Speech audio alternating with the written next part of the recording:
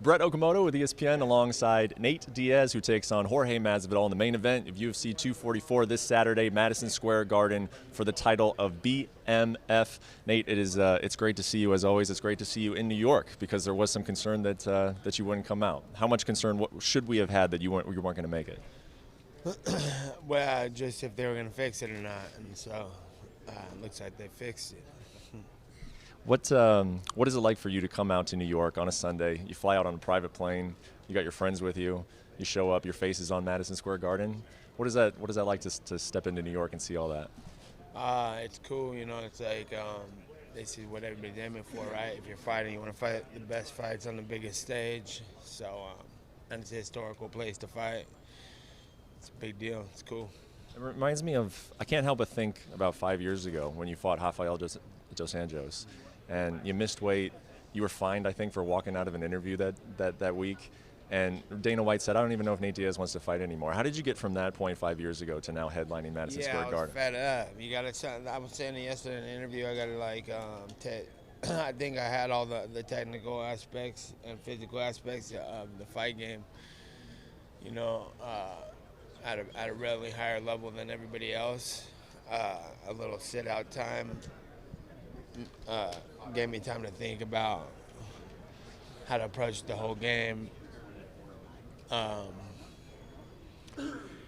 and like, you know, just to let it be known that I'm the best out here.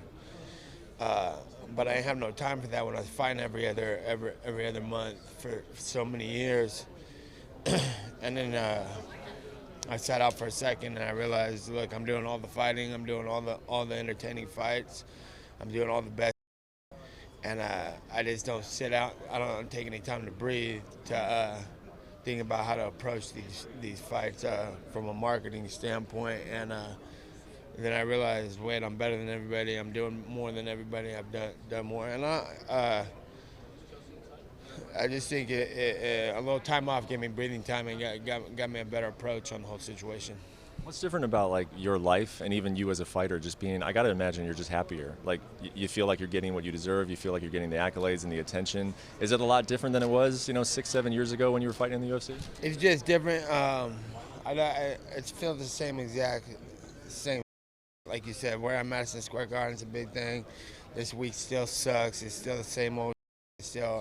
I don't give about none of it until it's all done with, you know what I'm saying? But if I wasn't on the stage this big and doing something, I'd be demanding it or making it happen some type of way.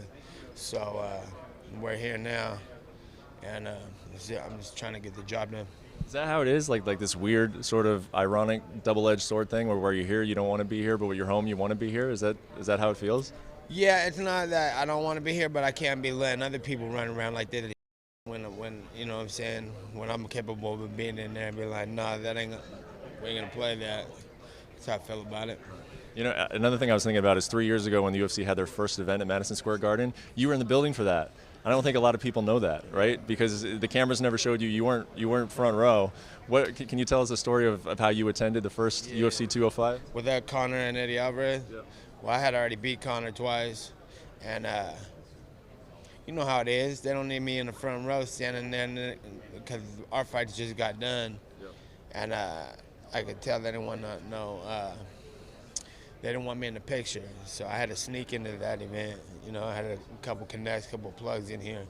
I had to sneak in, just because of the fact that I was here doing some stuff with my brother and some other business stuff, and then I was like, "That we're here, we're sneaking in, we're getting in," you know, and.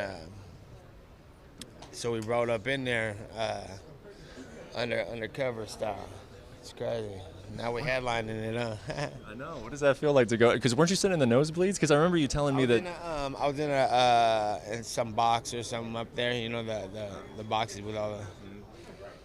Yeah. And after Conor won, weren't there a lot of people turning around looking at you like where are you at? Why aren't you down there? Yeah, it was crazy, and that's why I had to stay out the game. I was like, I'm not working back for nothing. I'm not working.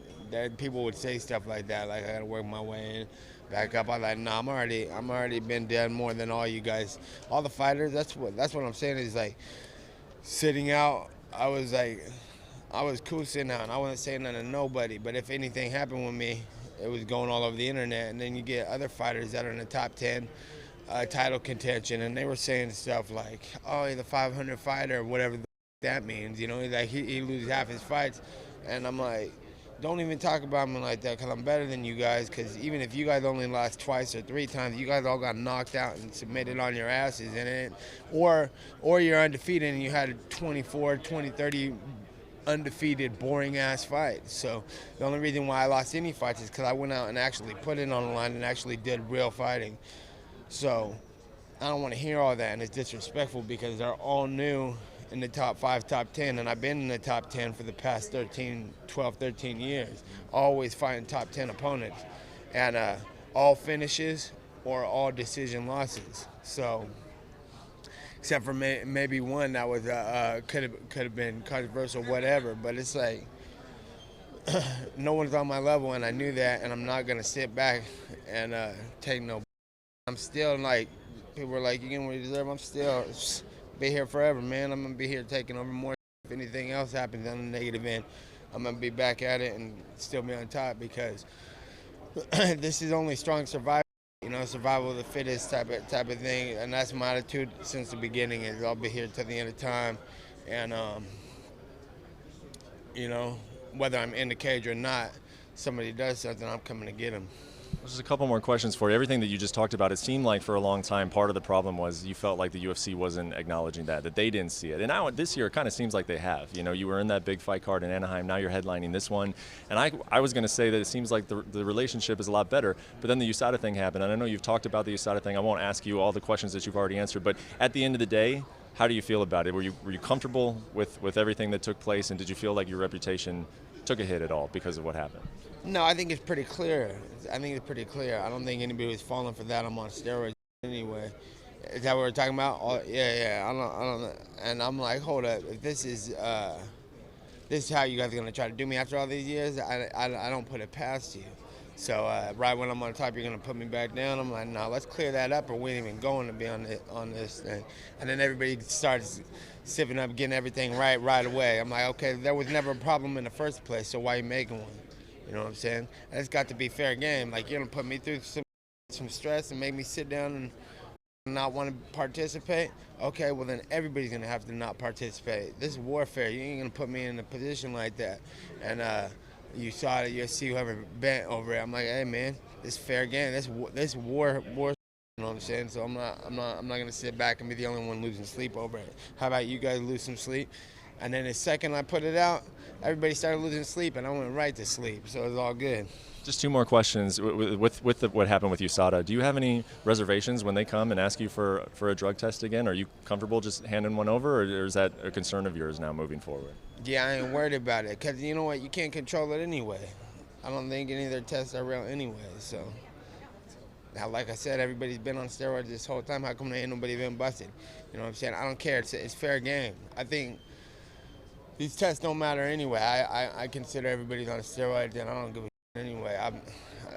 That's what this whole fight thing's about for me too. It's like, take all the steroids you want, and you know, use whatever you got. I'm gonna win this war. Last one for you. There's been some talk recently that Conor McGregor is coming back, that he wants to fight in January. Dana White has said that that's a target date that they're looking at. And I was wondering if that fight were to get finalized and announced this weekend. You know, this is your weekend. I know in the past that you've been irritated. I think that it was your weekend, and then sometimes Conor gets a little bit of attention. Would you be upset if that fight comes together and it's announced at all during this week? Yeah. What fight are we talking about? Conor and who? Well, Cowboy is the way it's trending. Whatever they're going to do is whatever's going to happen. That's cool. It's all good. Yeah. Thanks for watching ESPN on YouTube. For more sports and analysis, download the ESPN app. And for live streaming and special content, subscribe to ESPN+.